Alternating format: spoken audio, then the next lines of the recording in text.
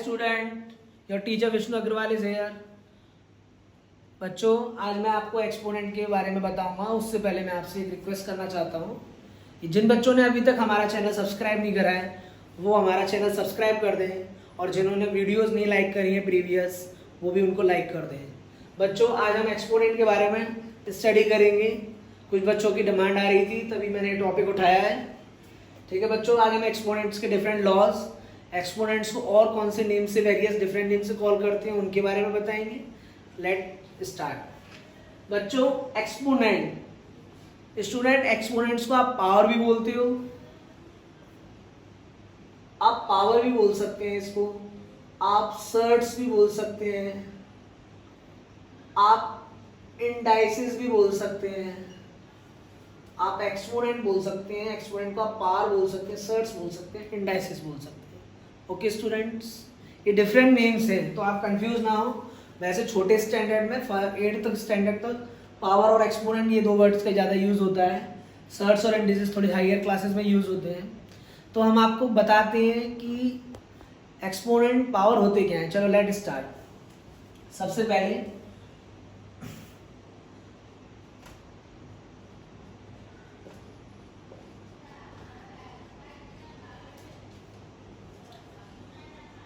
a to the power n। Student, इसका meaning क्या है? Here a is base and n is the power. Okay student, a is a base and n is a power. You can write it nth time. a को आप nth time तक लिख सकते हो। nth मतलब जितनी भी उसमें पावर हो उतने टाइम्स तक आप a को क्या कर सकते हो? ओपन कर सकते हो। nth टाइम्स, आप कितने टाइम्स तक वो ओपन कर सकते हो a को? nth टाइम्स तक। ओके स्टूडेंट, एक एग्जांपल लिया हमने, जैसे कि 5 to the power 2, तो आप 5 को 2 times, base is 5 and 2 is a power. What it is student? Base is 5 and 2 is a power. तो इसका मतलब क्या है? आप 5 को 2 टाइम्स लिखें, बीच में मल्टीप्लाई का साइन आएगा। ओके, तो अब हम इसके कुछ लॉज पढ़ेंगे। डिफरेंट लॉज होते हैं एक्सपोनेंट्स के, अब हम उनके बारे में स्टडी करेंगे।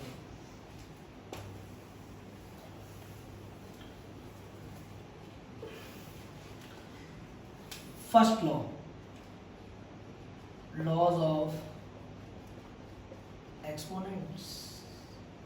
बच्चों, हर एक चीज में कुछ ना कुछ लॉ फॉलो होता है, चाहे वो मैथमेटिक्स हो, चाहे वो साइंस हो, कुछ भी हो।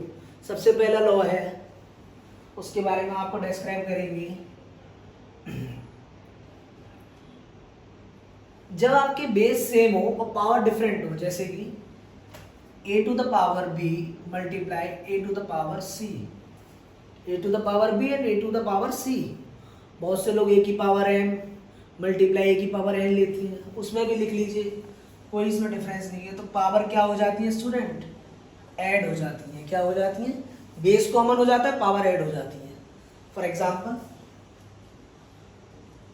5 to the power 3 multiply 5 to the power 2। Okay student, हुआ क्या? 5 पावर दोनों ऐड हो गई, 5 to the power 5 बन गया है। कितना बन गया बच्चों? 5 to the power 5। दूसरा लॉ, बेस सेम है, मल्टीप्लाई में पावर ऐड हो गई।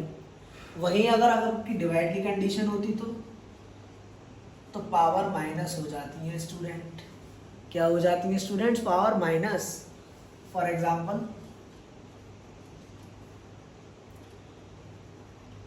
5 to the power 3 minus 2, जैसे कि 5 to the power 3 divided by 5 to the power 2। एक मिस्टेक हो गई student. 5 to the power 3 divided by 5 to the power 2, base से पावर सेपरेट कर देंगे।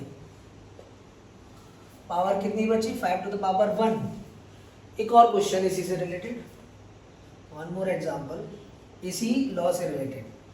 5 to the power 3 divided by 5 to the power 5। इस case में क्या हुआ student? 5 to the power 3 minus 5। Okay student, बचेगा क्या? 5 to the power minus 2। Integer में मैंने आपको एक्सप्लेन कर ही दिया है। आप माइनस प्लस के साइनों को आप मेरी इंटीजर वीडियो में देख सकते हो। 5 टू द पावर -2 आप इसको इस फॉर्म में भी लिख सकते हो पावर को पॉजिटिव बनाने के लिए 1/5 to the power 2। Okay student, अब बहुत से बच्चे पूछेंगे सर 1 कहाँ से आया? बेटा डिनोमिनेटर में कुछ नहीं होता है तो हम 1 मान लेते हैं। ओके नेक्स्ट, ये तो थी कंडीशन मल्टीप्लाई डिवाइड की when base are same power will be added और सब्ट्रैक्टेड। तीसरा लॉ है जब आपके बेस डिफरेंट हो, जैसे कि पावर सेम हो a to the power b multiply, या फिर ऐसे लिख सकते हो a to the power m multiply b to the power m। Power same है बच्चों, a की पावर m b की पावर m, तो क्या होगा? टर्म्स मल्टीप्लाई हो जाते हैं, पावर सेम रहती है। Okay student, for example 3 to the power 2 multiply 5 to the power 2। हो रहा है स्टूडेंट क्लियर? बेस मल्टीप्लाई हो गए, पावर कॉमन हो गई, इसका मतलब 15 टू द पावर 2। क्लियर हुआ student? Next one, fourth law. Fourth law को डिस्कस करते हैं हम। फोर्थ लॉ क्या है बच्चों? a to the power m whole to the power n। m पर n पावर हो गई, m टू द n हो गई, पावर का ब्रैकेट पर होल पावर लग रही है, a to the power m whole power n। ठीक है स्टूडेंट, mn हो गई। अब आप क्या कर सकते हो? For example 3 to the power whole, आप इसको कैसे लिख सकते हो? 3 और 2 का मल्टीप्लाई होगा 3 to the power 6। Got it student? Next, clarify हुआ? एक होता है पावर अगर नेगेटिव हो, किसी की पावर अगर नेगेटिव हो उसे पॉजिटिव बनाने के लिए आप क्या करोगे? उसका रेसिप्रोकल कर दीजिए, पावर पॉजिटिव हो जाएगी। ये फिफ्थ लॉ है।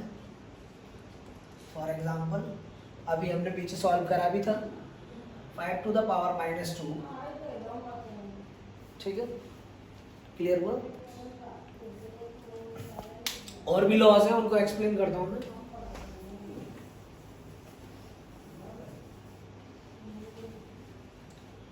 Sixth law, a to the power 0 base whatever is given, power कितनी दे रखी? 0। इसकी वैल्यू क्या होगी student? 1। Anything integer, negative, positive, rational number, whatever has been given in a question, you simply write a to the power 0 means 1. For example 3 to the power 0 value 1 minus 3 to the power 0 value 1, 1/5 to the power 0 value 1. Got it student? 6/7 minus power 1 0 value 1। Student आपको समझ में आ रहा है? 3 की power 0 ली मैंने पहले, उसकी value 1, minus 3 की पावर वैल्यू ली, आपके सारे पॉइंट क्लियर हो रहे होंगे, वैल्यू 1। 1/5 लिया मैंने, पावर 0 वैल्यू 1, माइनस 6/7 लिया, उसकी वैल्यू भी आपकी क्या होगी? 1। क्यों? Whatever has been given, मैंने आपको अभी भी बोला था, कुछ भी दे रखा हो आपको, पर वैल्यू क्या होगी उसकी? 1। नेक्स्ट लेते हैं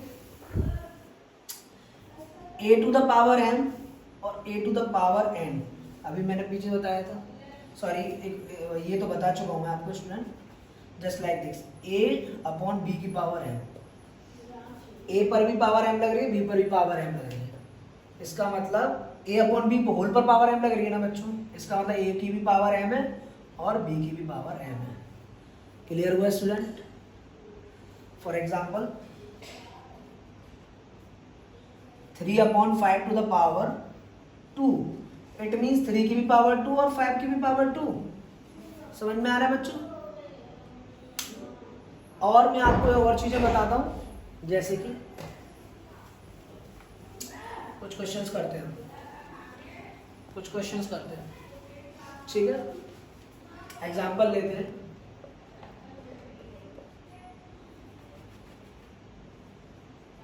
solve the following exponents. First, 3/5 multiply 3/5। बच्चों बेस सेम है, जिसकी पावर कुछ नहीं होती उसकी हम कितनी मानते हैं, 1। कितनी मानते हैं बच्चों, 1। अभी हमने क्या आइडेंटिटी बताई थी, क्या लॉ बताया था, बेस सेम पावर ऐड हो जाएंगी। पावर क्या हो जाएंगी, ऐड, यानी कि 3/5 की पावर कितनी बन गई बच्चों, 2। क्लैरिफाई हुआ। अच्छा, बच्चों को बड़ी कंफ्यूजन होती है क्वेश्चंस में, सॉल्व बोल देते हैं, इवेल्युएट बोल देते हैं, ठीक है ना। तो जब भी आपसे इवेल्युएट बोले तो आप इस पे एक स्टेप और आगे सॉल्व करें। 3/5 मल्टीप्लाई 3/5, इसका मतलब 9/25। आपको इसका मतलब फाइनल आंसर देना है। Clear students. इससे रिलेटेड क्वेश्चंस मैं कह रहा हूँ, मैंने ये लॉ बताया आपको, इनसे आप सारे क्वेश्चंस कर लोगे। जैसे कि और एग्जांपल लेते हैं, -9/5 multiply -9/5 multiply -9/5। Which one is repeating, -9/5। Power कितनी है, सब पर 1 1 है, ओब्वियसली कोई पावर नहीं दे रहा कि 1 मानेंगे। It means -9/5 1 + 1 + 1 -9/5 whole to the power 3। What it student. और बताता हूँ मैं आपको एग्जाम्पल।